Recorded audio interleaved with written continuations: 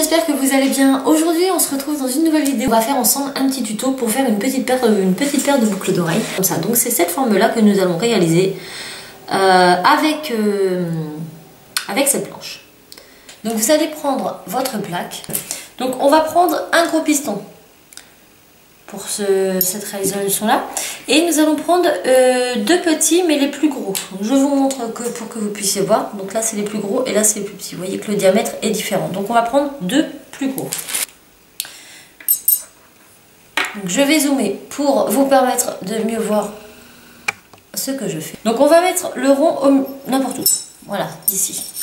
Ensuite, au milieu du rond, vous allez compter 1, 2 pointées. Et de l'autre côté, pareil, 1, 2 pointées. J'espère que le rendu sera suffisamment clair. Une fois que vous avez réalisé ceci, vous allez prendre... Donc vous prenez plus ou moins 50 cm. Voilà. Donc on va en prendre deux puisque j'en prends deux. Donc je ne mesure pas comme vous pouvez le voir. Vous voyez, moi j'ai une bobine de 60 mètres. Je prends un demi-tour. Voilà. À peu près 40 à 50 cm. Même si là ça va faire beaucoup, mais bon, je préfère prendre plus que pas assez. Après vous jugerez par vous-même, hein, tout simplement. J'ai l'impression de ne pas être droite sur ma caméra. Voilà. Quand nous avons fait ceci, nous allons prendre le bout de notre fil. On va prendre une pince ronde et nous allons venir prendre notre fil au bout de notre pince. Alors je vais pareil, encore c'est tout. Voilà. Nous allons prendre notre fil au bout de notre pince. Nous allons faire un tour autour de celle du haut, mais sans appuyer trop fort sur la pince, parce qu'il faut savoir que le fil à lui, ça marque. Et le but n'est pas de marquer notre fil, mais de le tourner. Donc, vous allez venir au bout, vous allez venir donc vraiment à fleur, hein, le prendre, le pincer légèrement, il n'y a pas besoin de forcer plus. Et là, on va faire comme un petit tour. On va s'arrêter avant la fin, donc vous allez enlever votre pince. Et on va venir juste vérifier qu'on n'est pas trop court. Donc là, on est bien. On voit bien que ça fait pile poil la taille de notre rond. Si on l'enlève, on le voit qu'il est vraiment nickel. Donc pour faire de cette taille-là, c'est vraiment une et deux. Le bout de notre pince ronde. Vraiment au bout, ça fera exactement la même taille que ce petit pignon. Donc là, vous allez... Voilà, je suis face à vous. Voilà. Donc on vient le mettre ici. Et on vient tourner autour de notre rond. Donc notre rond le tient. Bon, là je vais le tenir parce que j'ai pas mis de petites fixations dessous. Mais vous pouvez mettre les petites fixations en plastique pour le laisser maintenir. Moi en l'occurrence, je suis un peu feignante et je vais pas le faire. Voilà. Donc là on va venir tenir. Et on va venir faire le tour de notre rond. Tout en serrant. Et on fait un premier tour. On tient toujours. On vient passer. Et on refait un deuxième tour jusque là. Voilà, c'est bon. Une fois qu'on est ici, on va tourner autour du petit. Et vous voyez, j'ai pris beaucoup trop de fil. Hop, on va venir tourner autour de celui-ci et voilà.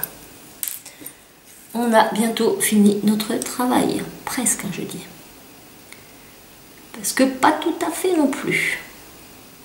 Une fois qu'on a fait le bas et le haut, je vous remontre, vous voyez, on est parti d'ici, on a fait le tour comme ça, on est descendu comme ça, on a fait un premier tour, un deuxième demi-tour, là on s'arrête ici, on fait le tour de la première boucle du bas, on arrive là, et là on va refaire un tour jusque à la moitié, et on s'arrête ici. Voilà. Une fois que c'est fait, eh ben on enlève. Et ça nous fait ceci. Maintenant, il va falloir faire la vrille. Mais pour faire la vrille, on va faire la deuxième boucle d'oreille de façon à couper la même longueur de fil ici. Donc la deuxième, nous allons la faire de la même façon, à différence près. C'est que nous allons inverser le sens de la boucle du haut. Cette boucle-là, ici, elle se referme par là. La seconde boucle d'oreille, ça sera... En fait, on va faire la même chose, mais dans le sens inverse. Pour qu'on ait une paire, comme les boucles d'oreilles, hein, il y a un côté droit, il y a un côté gauche. Et bien là, ça va être la même chose. Donc on va tout faire pareil, mais dans l'autre sens, tout simplement. Donc celle-là, je la mets ici. Je reviens faire mon petit tour, hop, complet, puisque a priori c'est la même. Donc tout à l'heure, je ne sais pas si vous vous souvenez, on est parti comme ça. Voilà, on a fait comme ceci. Non. Voilà, on a fait comme ceci tout à l'heure. Je vais essayer de zoomer. Voilà. Tout à l'heure, nous avons fait comme ceci. Nous allons tourner notre fil et nous allons faire comme ceci. Ensuite, nous allons tourner autour de notre fil complètement une fois. Une autre demi-fois. Arrivé là, on vient faire un petit tour. Alors c'est quand même mieux de les fixer par en dessous parce que c'est vrai que ça a tendance à remonter. Et on ne peut pas avoir les mains partout. Hein. On a que 2 mains, hein. Mais bon. Dans l'ensemble, c'est quand même plus facile que si on le faisait à la main et ça nous permet vraiment de faire des formes super jolies. Hop. Et ici, on va revenir jusque au milieu. Nous avons ça. Voilà. Et voilà. Donc là, bien sûr, nous allons aplatir le tout. Bref. Nous allons prendre... Donc là, je vais pousser ma planche. J'en ai plus besoin. Là, il est plus simple. Voilà, donc j'ai mes deux, voilà, j'ai mes 2 choses. Donc là, ils sont pas du même côté, on est d'accord. Et nous allons découper la même longueur pour faire la spirale. Donc ça sert à rien de couper trop long parce que ça va pas être joli. Donc on va couper à peu près 5 cm. Voilà, donc vous prenez les deux et vous coupez la même chose. Voilà, et ça vous fait ça. Comme ceci. Donc là, vous avez un endroit, un envers. Il faut que le fil revienne par-dessus et pas par-dessous. Voilà, comme ça par-dessus. Donc, une fois que nous avons fait ceci, nous allons prendre notre pince ronde. Toujours, et j'y tiens, faire très attention quand vous vrillez de ne pas abîmer votre fil parce que c'est très embêtant. Il ne faut pas appuyer, ça ne sert à rien. Donc là, on retaille nos fils bien droits. Au cas où ça n'avait pas été fait. On vient tenir ici, très important la jointure, parce que quand on va tourner, sinon ça va se resserrer. Donc on vient prendre là, hop, on appuie légèrement au bout, et on vient faire une petite boucle jusqu'à l'intérieur. Et nous obtenons ceci. Et nous allons faire la même chose pour l'autre. Et voilà. Nous avons la droite et la gauche. Ici. Donc ici, nous allons fixer des crochets. Donc, j'ai aussi des crochets sur filaluminium.com. Donc là, on va en prendre 2. Hop. On va prendre donc 2 petits crochets, donc toujours dans la boutique filaluminium.com. Vous retrouverez tous les infos en barre d'information. Vous retrouverez les liens des sites où j'ai eu ces fournitures. Ensuite, je vais prendre des petits papillons comme ceci, pareil que j'ai eu sur filaluminium.com. Vraiment très joli. Donc ceux-ci, ils sont bleu métallisé, bleu turquoise métallisé, et puis ils sont pas très gros, nickel. Il vous fera des tiges plates. Donc là par contre je ne sais pas s'il y en a sur le site de filaluminium.com. Je les avais déjà celles-ci, mais s'il y en a, je vous mets pareil le lien en barre info. Sinon ça se trouve un peu partout. Hein. Voilà. Alors d'abord on va commencer par nos papillons. Donc on va les enfiler. Faites bien attention au sens du papillon. Donc les ailes, les grandes ailes sont en haut, les petites ailes sont en bas.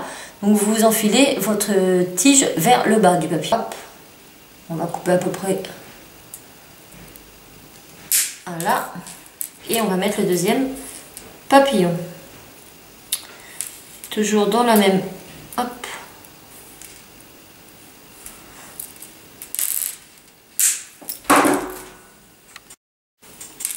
Donc voilà, je l'ai refermé donc sur lui-même. Je vais prendre des petits anneaux comme ceci que je vais ouvrir. Pardon. Et hop. nous allons faire ça pour les deux boucles d'oreilles. Nous allons prendre donc l'autre papillon, refaire un anneau. Hop. Un anneau de jonction que nous ouvrons en grand.